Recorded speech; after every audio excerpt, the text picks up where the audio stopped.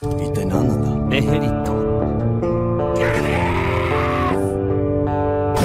メロニーバス。 Now there is no hope.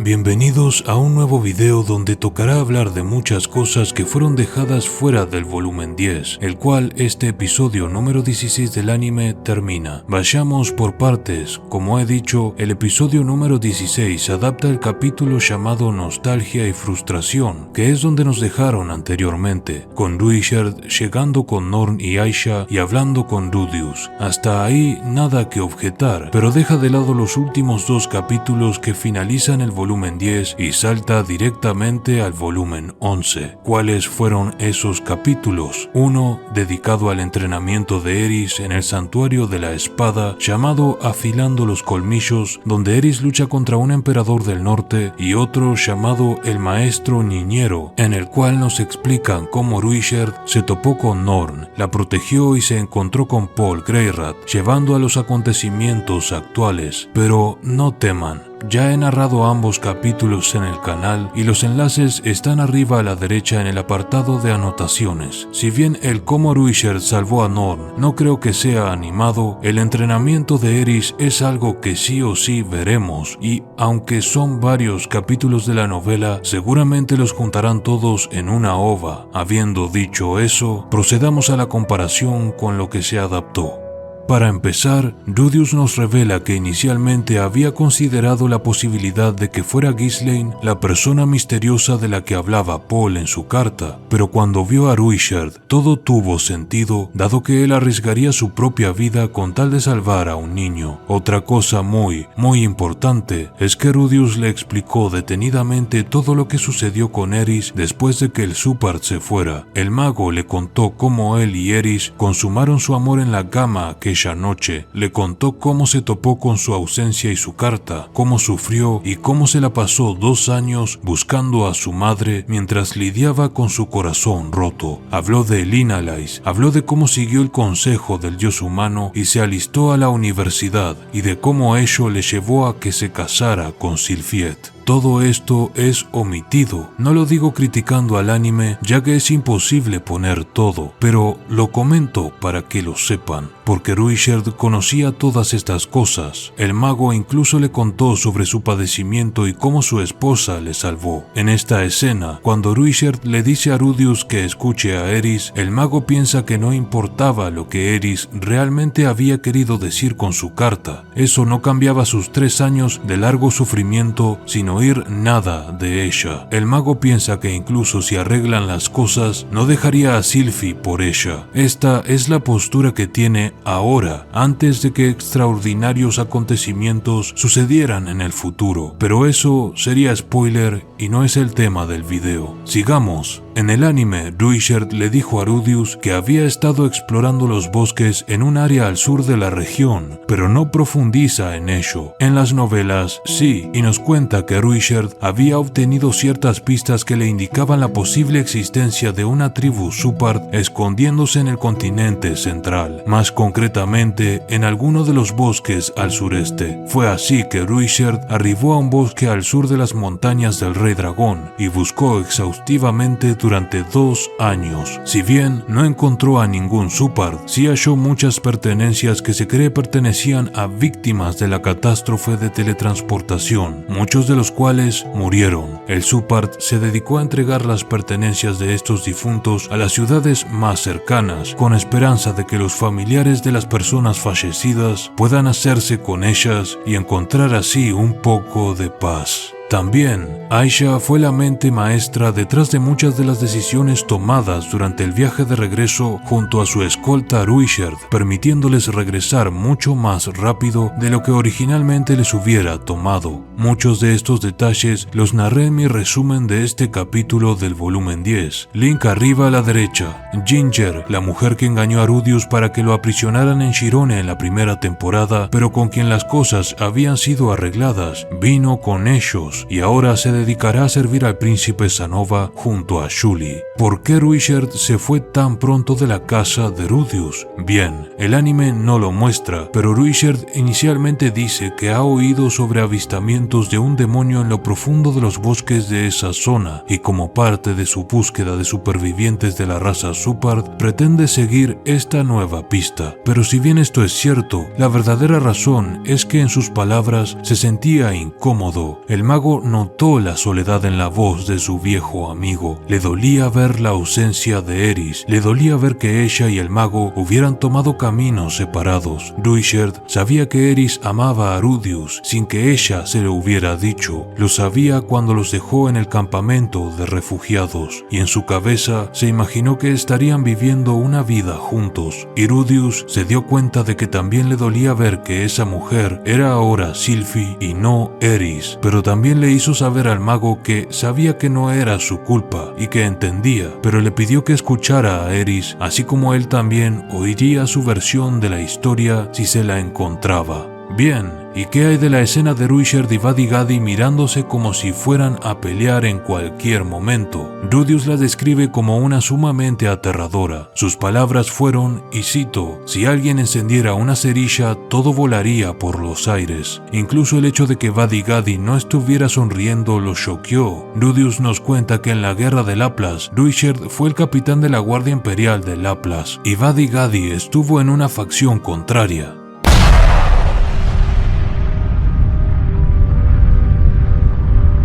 Era cierto que Ruijerd odiaba a Laplas con todo su ser, pero en aquel entonces, antes de que la verdad del engaño del dios demonio saliera a la luz para Ruijerd y los Supard, y antes de que los Supard se volvieran berserkers sedientos de sangre, la historia los había puesto en malos términos. Para Masinri, el mago nos dice que seguramente muchos de los Supards enloquecidos atacaron y mataron amigos y conocidos del rey demonio Vadigadi.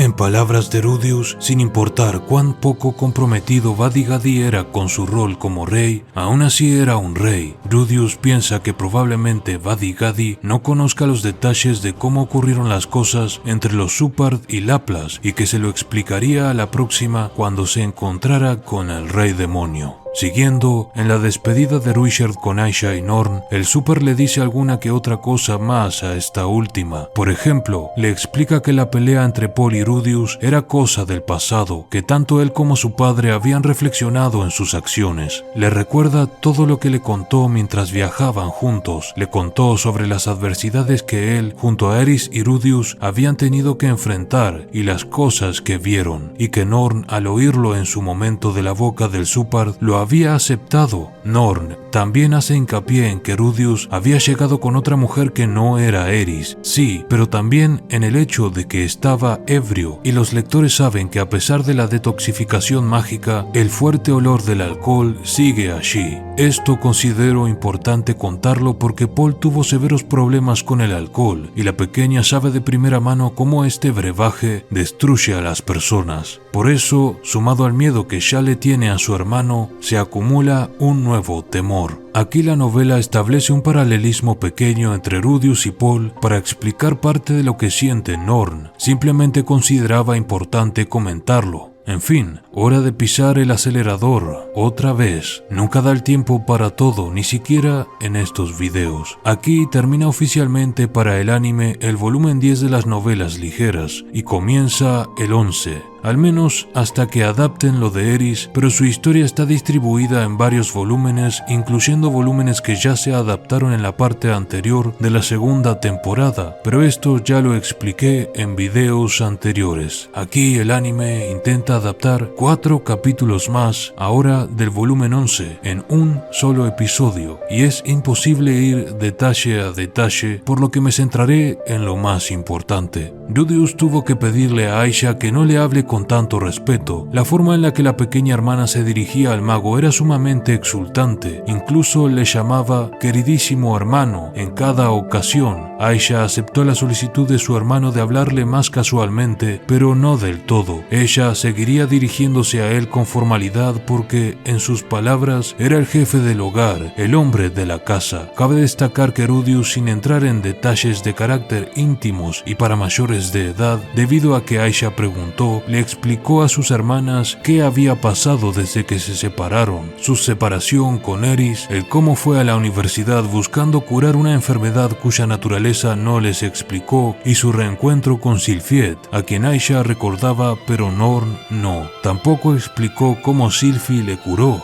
claro. En la carta que Lilia le envió a Rudius junto a la de Paul se explican muchas cosas, entre ellas el cómo perpetuó su mirada de concubina en cuanto a su relación con Paul, visión que Aisha adopta en lugar de verla como Rudius la ve, otra madre y por tanto a ella otra hermana, el cómo Lilia fue inflexible en su educación a Aisha, haciendo de la inteligente niña una sumamente versátil, el cómo Aisha aprendió el nivel básico en el estilo del dios del agua así como también en los 6 elementos básicos de la magia. Tenía buena comprensión lectora, buena caligrafía y léxico, era buena en matemáticas, historia y geografía y se desenvolvía muy bien en las tareas del hogar. Toda una fuera de serie, aunque realmente Lilia había preparado a su hija para que sirviera a Rudius. Es importante señalar que Rudius continúa preguntando por Vadigadi con tal de aliviar las tensiones entre él y Ruijerd, explicándole el pasado de los Supards, el verdadero pasado, pero no consigue dar con él. Le pregunta al vicepresidente universitario Genius, quien no lo había visto tras esa mañana en que Rudius lo vio por última vez.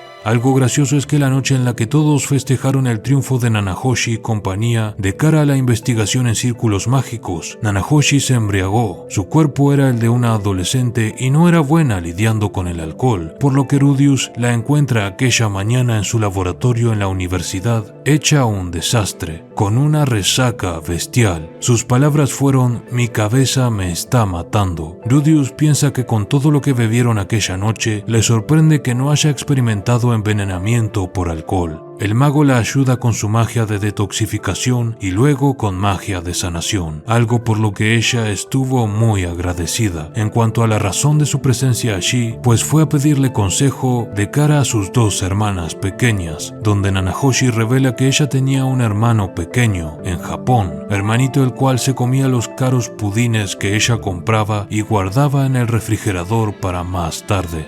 También, Aisha tenía un comportamiento extrañamente sugerente con Rudius. Por ejemplo, cuando el mago le dice que si en el futuro había alguna materia que ella quisiera estudiar, se lo dijera, ella responde que está segura de que hay muchas cosas que le gustaría aprender de él, que quisiera que se las enseñara personalmente. Esto lo dijo mientras ponía un dedo en sus labios y lo miraba de lado. Esta actitud incestuosa de Aisha preocupa al mago. Continuando con Aisha, cuando ella llora debido al trato que le da a Norn frente al suyo, Rudius llega rápidamente a la conclusión de que Paul las trató iguales a ambas y que este tipo de cosas, si bien por un lado provenían de la forma en la que Lilia la educó, tal como Aisha le acababa de confirmar, por otro, los Latria tenían mucho que ver. Verán, en la novela, Aisha menciona también a su abuela en esta escena y Rudius recuerda su encuentro con su tía Therese y piensa que la familia de su madre, al tener estrictos valores religiosos y posturas inquebrantables sobre el adulterio y demás, trataron a Aisha como una bastarda mientras ella y Norn se quedaron un tiempo con los Latria en Milis. Dado que Aisha era objetivamente mejor que Norn en todas las disciplinas, Norn era criticada por ser inferior a una hija ilegítima y los esfuerzos de Aisha eran menospreciados por la misma razón. Aisha también tiene una escena con Rudius que el anime se saltó, aunque tal vez la animen luego.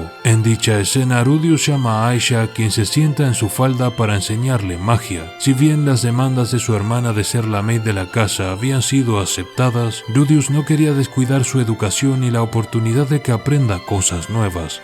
Aquí el mago nos explica que la pequeña tenía un gran entendimiento de los aspectos fundamentales de la magia y seguramente no le tomaría mucho tiempo el aprender conjuros de nivel intermedio, aunque no era capaz de conjurar en silencio y, según Rudius opina, debido a la edad de la chica probablemente ya era demasiado tarde, aunque le dio una tarea extra, el usar tanto mana como pudiese cada día hasta casi agotarlo, con el objetivo de incrementar su capacidad mágica. Una de las tantas cosas que cambiaron con la llegada de las hermanas fue que debido a que Aisha seguía a Rudius por la casa con frecuencia, él no tenía muchas oportunidades de mostrar su afecto a Sylphie de la manera fogosa que solía hacerlo. Además, tampoco había podido tener acción nocturna. Toda esa energía acumulada debía salir por algún lado y la forma en la que se le ocurrió fue la que piensan, pero debido a que Aisha le seguía no encontraba la oportunidad para expulsar sus demonios en paz, y la idea de ir a los baños de la universidad le parecía demasiado. En sus palabras, tras una semana sin dejar salir el vapor acumulado, sentía que estaba a punto de explotar. Hasta que no pudo más, mandó todo a la mierda y explotó con Sylphie, quien le dijo que había sido más increíble e intenso de lo habitual, nuevamente replicando ese meme de los Simpson. Aunque intentó insonorizar el cuarto, pues bueno, tampoco se pueden hacer milagros. Antes del incidente de las panties, hubieron avances en la investigación de los círculos mágicos en la muñeca de Sanova. Estuvo también el reencuentro entre Ginger y Rudius, el cual tomó muchas páginas. Incluso Rudius hizo que Sanova se disculpara con Ginger, a quien casi mata por un comentario que ésta hizo. Y son muchas cosas. Tal vez lo adapten, tal vez no, pero ya se lo dejaron atrás, así que realmente no sé. Sobre esto tenemos un video también, link arriba. Este tipo de cosas las considero importantes porque desarrolla varios personajes a la vez, pero bueno. En cuanto al incidente de las panties, cuando la princesa Ariel hace una descripción de las chicas a las que se le robaron las panties sin revelar la razón por la cual estaban aquejadas, el mago piensa que Norn encajaba perfectamente en la descripción de las afectadas y se propone llegar al fondo del asunto con miras a ganarse un poco más la confianza de su hermana, aunque la escena en el cuarto del consejo estudiantil con Sylphie sonrojándose por la forma en que Ariel incurre en las actividades sexuales de la elfa con el mago es tal cual en la novela, e igual de graciosa, aunque Ariel añade que aquella era una enorme cantidad de ropa interior y le pregunta si no está decepcionado por perder tal botín, tal tesoro, y Rudius replica que en lo absoluto, ya que él no tiene ningún fetiche con la ropa interior. Ariel se disculpa y el mago replica que se alegra de haber solucionado el malentendido. Aquí Rudius piensa que su yo oscuro hubiera hecho una cerveza de pantsus y hubiera sido descubierto por Sylphie y Aisha, y tal evento sería desastroso. Este capítulo termina con Rudius enterándose de que su hermana se encerró en su habitación y sus alarmas de ex hikikomori se encienden, trayendo a la superficie el viejo trauma, con el cual deberá lidiar nuevamente para ayudar a su hermana. Pero, ¿cómo? Si quieren saberlo, tengo un video narrándolo, pero no lo spoilearé aquí. Y eso fue un montón y ni siquiera fue la mitad de todo lo que me hubiera gustado repasar, pero no me da el tiempo. Uno de los problemas de este episodio es que la gente que solo ve el anime no está al tanto de cuánto sabe realmente cada personaje sobre lo que ha sucedido en la historia, y hay cosas fundamentales para el desarrollo de ciertos personajes que quedan en el aire, pero es solo una opinión. Mi consejo es disfrutar del anime y leer las novelas. En fin, gracias a quienes apoyan estos videos y nos vemos en la próxima. Gracias a las donaciones de PayPal, Supergracias y Ko-fi de Fallen One, Diego González, Emma NWN, Wolves Aren't Forever, Robe de Abraham, Anderson Cruz Díaz, Amaru y a los miembros en pantalla.